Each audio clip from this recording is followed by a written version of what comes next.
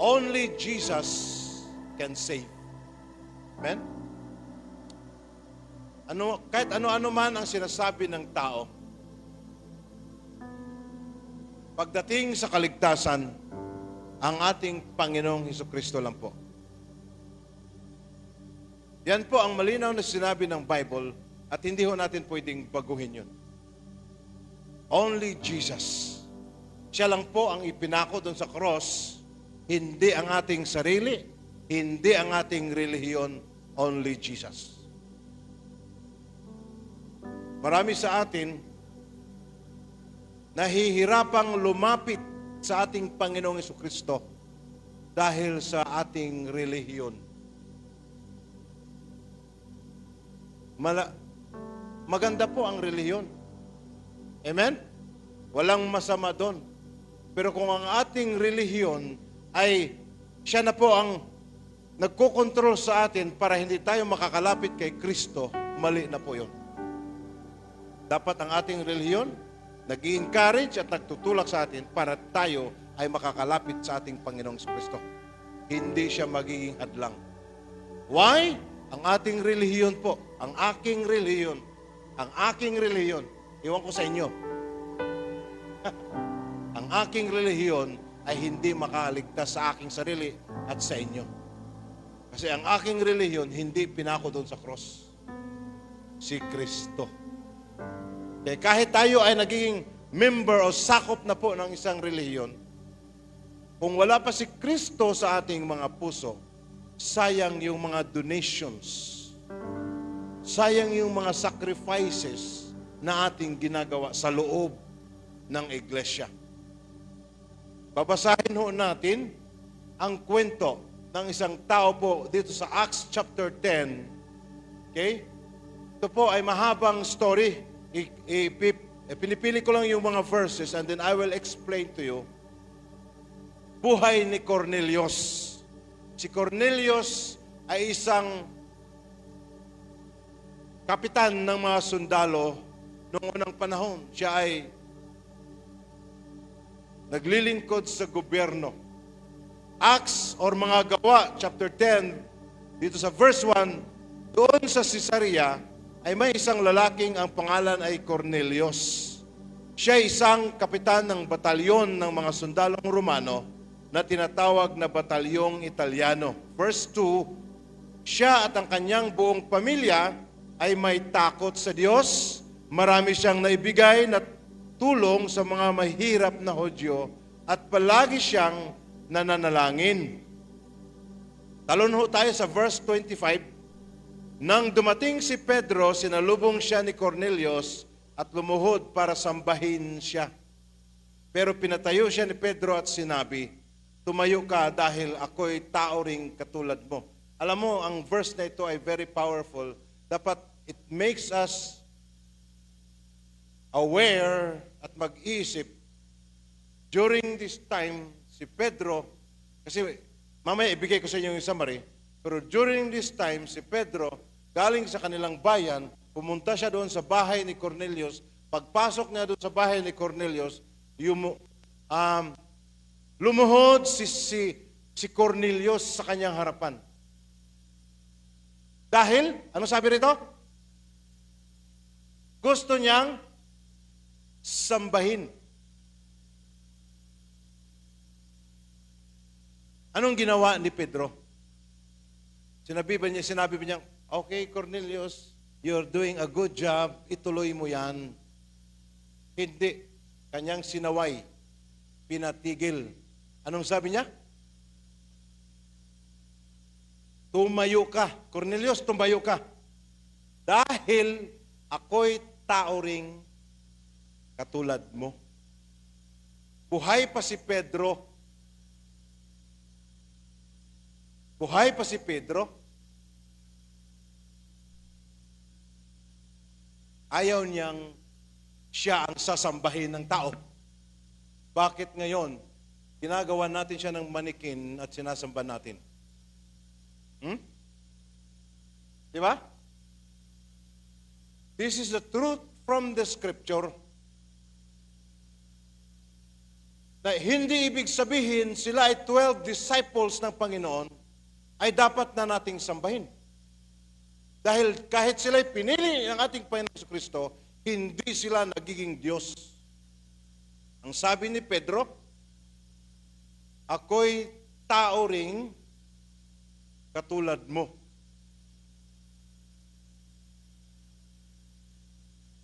Walang ibang pangalan ang dapat nating sasambahin, kundi ang pangalan ng ating Panginoong Hesukristo. Ganoon lang sana kasimple, kaya lang ang mga tao komplikado. Direct at madaling susundin ang utos ng Panginoon, tayo ang naghahanap ng hirap. Ang dami nating ginagawang detour, deviation, paliko-liko, straight na sana. Ang dami pa nating dinadaanan. Maging si John the Beloved, nung nandun siya sa island of Patmos, lumuhod siya sa harapan ng anghel dahil gusto niyang sambahin. Nagulat si John eh. Kasi sa nakita niyang vision, revelation ng Panginoon, grabe talaga, nakakatakot. Kaya nandoon yung anghel, lumuhod siya sa harapan ng anghel. Ang sabi ng anghel, John, John ka lang. Wag mo akong sambahin. Ha? Wag mo akong sambahin. Sinabihan si John the Beloved, isa sa lingkod ng ating Panginoon. Sinamba niya ang anghel, pero sinaway at sinabihan siya ng anghel, wag mo akong sambahin, dahil ako ay lingkod ng Diyos katulad mo rin. Kung si Peter, ang anghel, ay ayaw nilang magpasamba. Dahil alam nila ang kanilang katayuan. Alam nila na ang Diyos lang ang dapat sasambahin. Bakit sa panahon natin ngayon? Ang dami nating sinasamba. Kaya palagi kong sinasabi sa inyo mga kapatid, hindi porket sinasabi ng leader natin, yun na ang totoo. I'm always encouraging you, brothers and sisters, pag-aralan ninyo ang salita ng Panginoon. Dahil nandito ang totoo at buong katotohanan. Minsan yung mga leaders natin, mga pastor or whatsoever, may mga sinasabi na salungat pala sa sinasabi sa salita ng Panginoon. And for you to know that, we encourage you, we push you, read the Word of God by yourself. Kaya may memory verse tayo. May Bible reading tayo. Ang mga women, anong books na kayo? Women? Nasa Bible pa rin. Bible reading nga eh. Awit. Oh, grabe. Nasa Psalms na kayo, di ba? Mahaba po yun. 150 chapters po yun. Ang mga men naman ay nasa book of nasa ano na kayo? Yung iba nasa Acts, nasa mga gawa. Yung iba naman nasa Romans. Ang iba nasa 1 Corinthians. Ang young people, amen na lang. Kung ang mga men nasa mga gawa, ang youth, wala pang ginagawa. Hindi. Ang mga youth natin, ito yung mga susunod na haligi ng church natin. Okay? Actually, naiintindihan ko yun. Mga iba, hindi pa sila masyadong involved ngayon, pero may season kayo, kapatid. Naggagamitin kayo ng Panginoon. Okay? Ako nung palagi akong nag-join ng mga discipleship sa church namin, pero tudo na akong ginagamit ni Lord at my age nung ako po ay nag-asawa na. No, sa panahon ng aking young people, committed ako sa Lord, pero hindi ganun ka-committed. No, may mga ano pa rin eh. Kasi hindi ko masyadong naiintindihan ang commitment sa ministry. Masyado kong minamaliit. Pag ministry kasi, ang isipan natin, walang pera dyan. Alam mo bang, pag sinasabi natin yan, mukha ka talagang pera. Di ba? Naglilingkod ka sa Panginoon dahil lang sa pera. Ha?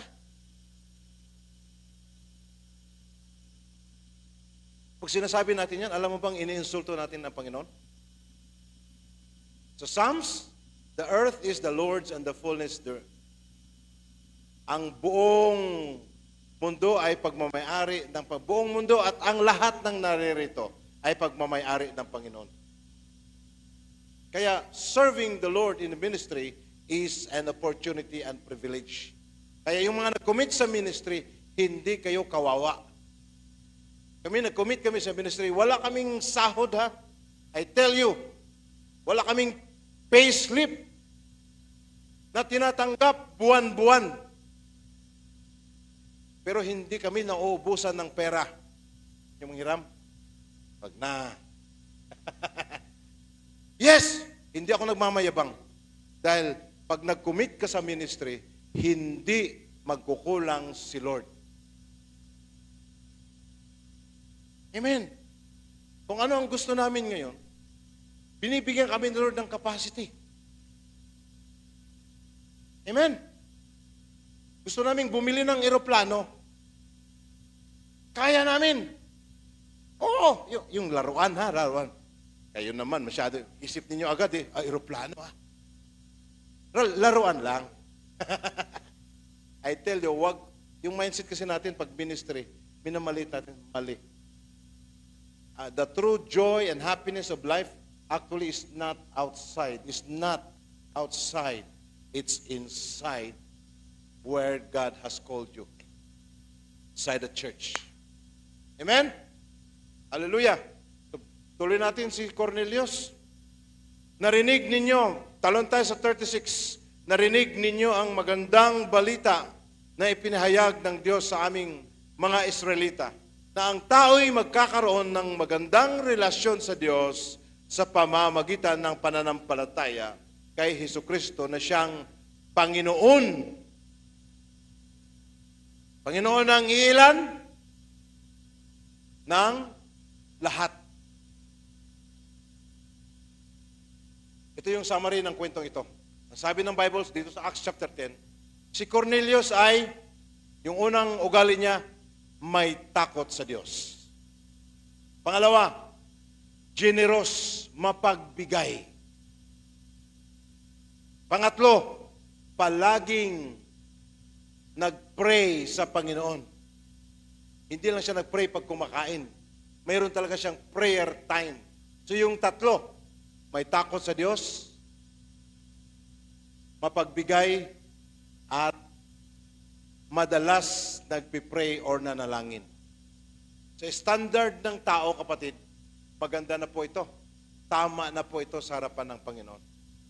But my question to you this morning, bakit inutusan pa ng Panginoon si Pedro na pumunta doon sa bahay ni Cornelius upang sabihan si Cornelius ng magandang balita patungkol sa ating Panginoon Kristo? Dahil ang kabutihan, ang kabutihan na ginagawa ni Cornelius hindi sapat sa standard ng Panginoon. Ang kabutihan na ginagawa ni Cornelius ay hindi magdadala sa kanya sa langit. Kaya para katanggap-tanggap yung ginagawa ni Cornelius, ma-qualify sa standard ng Panginoon. Kailangan niyang makakarinig ng magandang balita, kailangan niyang tanggapin ang Panginoong Hesukristo sa kanyang buhay. Nakikita kasi ng Panginoon ang mga kabutihang ginagawa ni Cornelius. But those good works na kanyang ginawa araw-araw, ginagawa niya para sa Panginoon, para sa kapwa, ay hindi sapat sa standard ng Panginoon upang siya ay maligtas. Dahil ang kaligtasan, kapatid, hindi nakabase sa ating sariling performance. Kundi, ang sabi dun sa 36, sa pananampalataya lamang ng ating Panginoong Jesucristo. Ang good works ay resulta ito ng magandang relasyon mo sa Panginoon.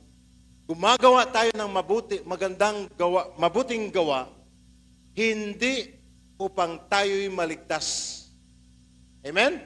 Gumagawa tayo ng mabuti dahil tayo po ay ligtas na.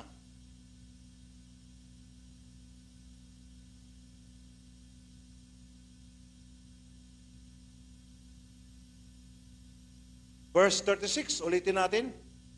Narinig ninyo ang magandang balita. Ito yung sinabi nung dumating na kasi si Pedro, alam niyo, nung dumating na si Pedro sa bahay ni Cornelius, wala na siya ibang maraming salita. Okay? By the way, bago po nangyari ang lahat, piniprepare muna ni Lord si Peter. No? Kasi si Cornelius, sinabihan din ng anghel, napuntahan mo si Peter. Kasi si Peter may sasabihin sa iyo. Malayo po yon. Mahigit isang araw ang biyahe. And then, ang mga Hudyo, ang mga Israelites, this time, ayaw nilang makihalubilo sa mga Gentiles. Sino ba yung mga Gentiles? Tayo po yon. Basta lahat ng mga tribo, group of people na hindi mga Israelites, Gentiles po ang tawag doon. At kasama na dyan ang mga Pilipino. At yung mga Israelites, noong unang panahon, mga ethnocentric. Alam niyo yung ethnocentric? Masyadong believe sa kanilang kultura. Sila ay naniniwala na ang kanilang kultura, ang tradisyon ng mga Diyo ay sila lang ang tama. Kaya hindi sila nakikihalubilo sa mga hindi Israelites. At ito ang nagiging isipan kahit ng mga disciples. Kaya si Peter, piniprepare ni Lord. Kasi coming na yung si Cornelius kasi hindi siya Israelites. Siya ay Gentile. At I believe, pag darating na si Cornelius, yung mga inutusan ni Cornelius doon sa bahay ni Peter, hindi sasama si Peter kasi alam niya mga Gentiles. Sa kanilang kultura, ang mga Gentiles, mga marurumi. Akala ng mga Jews during this time, na ang mga Gentiles hindi kailangan ng kaligtasan. Sila lang. Yun ang kanilang mindset. Na ngayon, si Lord, ang plano niya sa kaligtasan ay hindi lang para sa mga Israelites. Amen? Buong mundo para sa ating lahat. So para sasama si Peter, inihahanda ni Lord. Habang si Peter ay umakyat doon sa bubong ng kanilang bahay, na noong unang panahon, ang bubong ng bahay ay magkaiba ngayon, ha? Walang yero noon. Ano lang, flat lang talaga yung bubong nila. Yung hagdanan nasa labas, pwedeng umakyat doon sa bubong ng bahay. Hindi katulad sa atin ngayon, may mga yero. At doon sa bubong ng bahay, si Peter nag-pray. At doon sa prayer, habang siya na-pray, nakakita siya ng pangitain, vision, na may malapad na kumot na bumaba mula sa langit. At ang kumot na ito ay naglalaman ng iba't ibang uri ng hayop. Yung hayop na malakad, magapang, lumilipad. At ang sabi ni Lord kay Peter, Peter, pagkatay ka at kumain. Kasi nakikita ni Peter, kahit doon sa vision niya, na may mga animals na sa kultura nila is mga marurumi. Ang sabi ni Peter, Lord, hindi ho kami kumakain ng mga maruruming mga pagkain, mga hayop. Ang sabi ni Lord, huwag mong tawaging marumi yung kanyang mga nilinis na. So actually yung vision na yung dalawa ang mensahe patungkol sa pagkain. Tayo ngayon, kumakain tayo ng lechon. Meron bang hindi kumakain ng lechon dito? Kung hindi kayo kumakain ng lechon dahil naha-high blood kayo, okay lang yon. Pero hindi ko kasalanan pag kumakain tayo ng baboy, ha? Biblical po yon. Actually, ang mahigpit na pinagbawal lang ni Lord, studihan mo yung Word of God, is dugo. Sabihin man natin masarap ang dinuguan. Actually, ang dugo, ang issue po ng dugo, kapatid, ay hindi tungkol sa kung ito ba ay marumi or malinis. Malinaw po yan. Simula pa lang sa Genesis chapter 9, nung ang si Lord, inutosan niya si Noah, pwede na niyong kainin lahat. Mga hayop, wag lang yung mga taong ugali hayop. Yung mga tunay na hayop lang talaga. No? Pwede na kayong kumain lahat, pero ang sabi ni Lord kay Noah, except sa dugo. Ang sabi ni Lord, hindi dahil marumi ang dugo. Ang dahilan, dahil ang dugo ito ay buhay. Amen? Kaya kung kayo magtatanong sa akin, kumakain ba ako ng dinuguan? Depende sa nagluto. Kung masarap, no, sa totoo lang, hindi ko, as I understand the Word of God, hindi po pinapakain ng Panginoon ang dugo. Yung sinasabi ni Paul sa 1 Corinthians ba yun o 2? Eat whatever is nasa market. Kainin, pwede nyo kainin lahat kung anong nasa market. Sinabi ito ni Paul sa kanilang time. Iba ang market nila noon at ngayon. Sa atin. Ang market nila noon, hindi sila nagbibinta ng dugo. Kasi ang dugo, hindi nila iniisip na pagkain. Ang kumakain talaga ng dugo nung panahon nila, yung mga vampira. Oo, yan ang paninindigan ko, kapatid, ha? Kung hindi na kayo babalik next Sunday, alam kong nagagalit kayo sa akin kasi hindi pala ako kumakain ng dugo. Okay lang yun. Anyway, magkita pa rin tayo sa langit. Ha? Kahit sa New Testament, malinaw po yun. Sa Old Testament, malinaw. Kahit sa Leviticus, nung ang Panginoon nagbigay na ng utos, nagbigay ng 10 Commandments, malinaw, specific talaga, huwag ninyong kainin ang dugo. Nagbigay siya ng mga hayop na hindi pwedeng kainin kasi mga marurumi. Ha? Malinaw po yun. Mga animals na hindi pwedeng kainin ng mga Israelites kasi ito ay kinukonsider na marurumi. Nagbigay din siya ng instruction na bawal kainin ang dugo, hindi dahil marumi. Ito ay buhay. Kakainin mo yung buhay. Inumin, sige nga, inumin mo na yung dugo mo. Kung mabubuhay ka pa. Di ba? May mga, alam ko sa atin dito, siguro, hindi ko lang tatanungin, pero marami sa atin dito ang kumakain pa rin ng dinuguan. Lalo na pag may puto. Di ba? Partner talaga yun. Pero it's about obedience. It's about obedience. Kung, hindi naman sinabi ni Lord na pag kumain kayo ng dugo, impyerno kayo, no? Hindi ho tayo pwede mag-judge. Pero sinusukat ni Lord ang ating obedience sa Kanya. So alam na ninyo, hindi ako nag-preach about duguhan na nadaanan lang natin kasi mahalaga ito eh. So, kahit sa New Testament, malinaw po yan. Malinaw yung sa instruction ng mga disciples about blood. So mamaya, pag uwi ninyo, may nag-alok sa inyo ng dinuguan, kainin lang ninyo. Mag-repent lang kayo pagkatapos.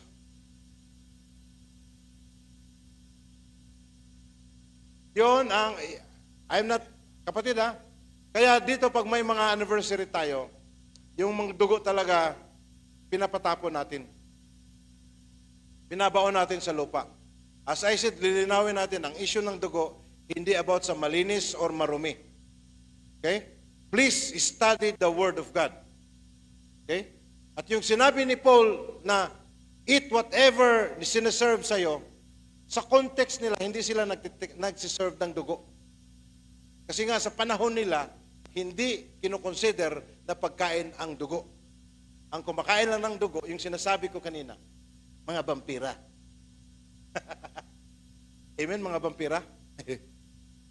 Ba't mo? Hallelujah. Nasa inyo na yon kung tatanggapin niyo yung sinabi ko, pero yon ang hindi yan sa akin ha. Malinaw po yan ang sinabi ng Panginoon. Okay? So, conviction na ninyo yon, sinasabi ko na sa inyo ang nakasulat sa Word of God. You do it or not, hindi kayo mananagot sa akin, kay Lord. Okay? Obedience po yon. And then just imagine, sa buong parte ng animal, dugo lang ang pinagbawal ni Lord. Ibig sabihin, pwede mong kainin ang kuko. Kung kaya mo. Pwede mong kainin ang balahibo kung kaya mo. Huwag mo lang kainin ang dugo. Ha? Okay? May natutunan tayo, no? Dugo, pag-uwi natin mamaya. Sige, magluto kayo. Hallelujah. So, kapos. Ang sabi rito sa 36, na ang tao'y magkakaroon na ng magandang relasyon sa Diyos sa pamamagitan ng pananampalataya kay Kristo. Hindi po sinabi na magkakaroon ng magandang relasyon through sa good works. Yung ginagawa ni Cornelius, maganda na po yun. In fact, nung siya nagiging Christian, tinutuloy yun. Hindi yun tinitigil.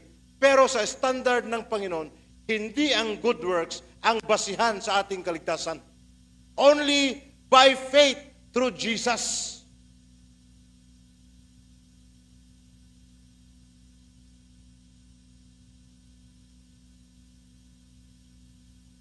At sa Ephesians chapter 2, ito tandaan na, Ephesians chapter 2 verse 8 and 9, dahil sa biyaya ng Diyos, naligtas kayo ng sumampalataya kay Kristo. Kaloob ito ng Diyos at hindi galing sa inyo. Hindi ito nakasalalay sa mabubuti. Ano? Naka-flash ba?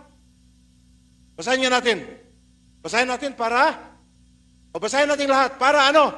Para magising tayo. Kasi yung iba, okay lang sana kung nag-pray. Hindi pag ganun, may kasabay pang laway. Basahin natin. Basahin natin. Sige.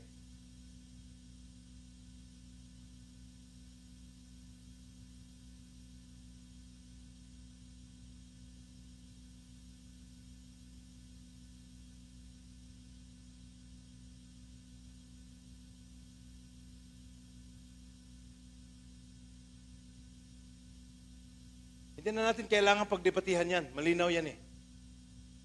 Salitang naligtas. Anong ibig sabihin ng salitang naligtas? Hindi siya maligtas, ha? Di ba? Naligtas, ibig sabihin, ligtas ka na. Ibig sabihin ng salitang ito, malalaman mong ikaw ay ligtas, buhay ka pa lang. Hindi yung after death na, no? Hindi. After death, judgment na yon. So buhay pa lang ang tao, malalaman mong ikaw ay ligtas na. Pero ang kaligtasan, malinaw, hindi sa ating sariling gawa, kundi sa ating pananampalataya kay Kristo. This is a gift from God. Kaya si Cornelius, kailangang makakarinig ng good news about Jesus, kasi sayang yung mga kabaitan niya. Sayang yung binibigay niyang abuloy. Sayang yung pagtutulong niya sa kapwa, kung at the end, impierno lang din pala ang kanyang pupuntahan. Nakita yan ni Lord. Kaya, more than one day ang travel, naglalakad na sila noon, kailangan puntahan ni Peter. And then, nagsishare si Peter, nung kaharap na nila si Cornelius, nagsasalita pa lang si Peter sa good news about Jesus. Wow, bumaba na ang Holy Spirit sa kanila. At lahat, si Cornelius at ang kanyang buong pamilya, anong nangyari? Nag-speak in tongues. Wow! Good works, hindi basihan. Amen? Sa ating kaligtasan, through Jesus alone.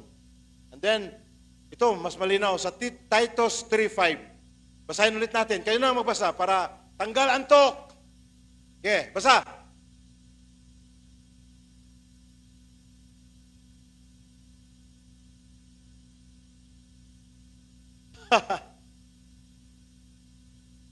Iniligtas tayo, hindi sa ating mga mabubuting gawa. Yung sa Ephesians chapter 2, kung maligtas tayo sa ating sariling gawa, ang mangyari daw, magmamalaki tayo. Ligtas ako. Dahil, nagbibigay ako ng donation. Mabait akong tao. Pero hindi pala. Ang kabutihan, kabaitan ng tao, ito po ay patunay na siya ay ligtas na. Ha? Tindihan natin? Iniligtas niya tayo hindi dahil sa ating mabubuting gawa. Kundi dahil sa kanyang awa. So only Jesus. Amen? Last verse po, and I would like to challenge everyone for this verse. Ang sabi ni Christ, ang sabi po niya ngayon, sa iyo kapatid, sa iyo, Ito po yung sabi niya sa Revelation 3:20. Hindi ko nasama pala ang verse, pero ano to? Sa Revelation 3:20. Ito yung sabi ng ating Panginoon. Nakatayo ako at kumakatok sa pintuan. Right now, kung diringgin nino man ang aking tinig at buksan ang pinto, papasok ako sa kanyang tahanan at kakain kaming magkasalo. Ang ibig sabihin, kapatid, right now, ang Panginoong Jesucristo kumakatok sa pintuan ng iyong puso. May desisyon kang dapat gagawin. Buksan ang pintuan o hindi. Ang desisyon ay nasa iyo. Naghihintay na lang ang Panginoon. Ang sabi niya, kung bubuksan mo ang iyong puso, bubuksan mo ang pintuan, papasok siya. Ibig sabihin, papasok siya at kasama mo kahit saan. Ang desisyon, kapatid, nasa sayo ngayon. Si Kristo nandiyan na sa pintuan, naghihintay na lang na papasukin mo. Paano mo ngayon bubuksan ang pintuan? Tanggapin mo siya as your personal Lord and Savior. Ay, malinaw po yung verse. Amen?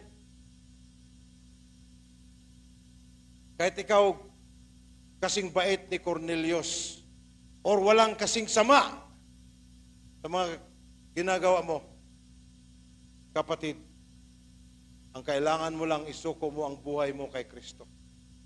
Huwag ka nang maghintay na magbago ka pa bago mo tanggapin si Kristo. Hindi natin kayang baguhin ang ating sarili. Kaya nga, isuko natin sa Kanya, ibibigay natin sa Kanya para baguhin niya tayo. Amen? Whatever situations right now you have, hindi mo kailangang baguhin mo muna yung sarili mo. Hindi ikaw ang magbabago sa sarili mo, ang Panginoon. At paano mangyari yan? Buksan mo ang pintuan ng iyong puso right now. The Lord Jesus Christ is knocking at your door, at the door of your heart. Kaya kahit nakaupo ka dyan ngayon, hindi ka mapakali. Because the Lord Jesus is knocking at your door. Kasi sa mahabang panahon, hindi mo pa siya pinapasok. Hindi mo pa binuksan ang pintuan ng iyong puso. But right now, kapatid, right now, this is a blessed opportunity for you to open your heart and let Jesus come in. You want to receive Christ as your personal Lord and Savior this time. If you want to open your hearts para sa Panginoon, I can lead you sa short prayer, kapatid, na ito. Nais mong tanggapin si Kristo, nais mong buksan ang iyong puso at tanggapin si Kristo bilang Panginoon, tagapagligtas ng iyong buhay. Pwede ho kayong sumunod sa akin sa prayer na ito. Amen? Huwag na ho tayong tumayo. Kasi yung iba nahiya tayong tumayo. Right now, where you are sitting, kapatid, kumakatok ang ating Panginoong Yesus sa pintuan ng iyong puso. Kumakatok siya sa pintuan niyo po kasi hindi mo pa pinapasok.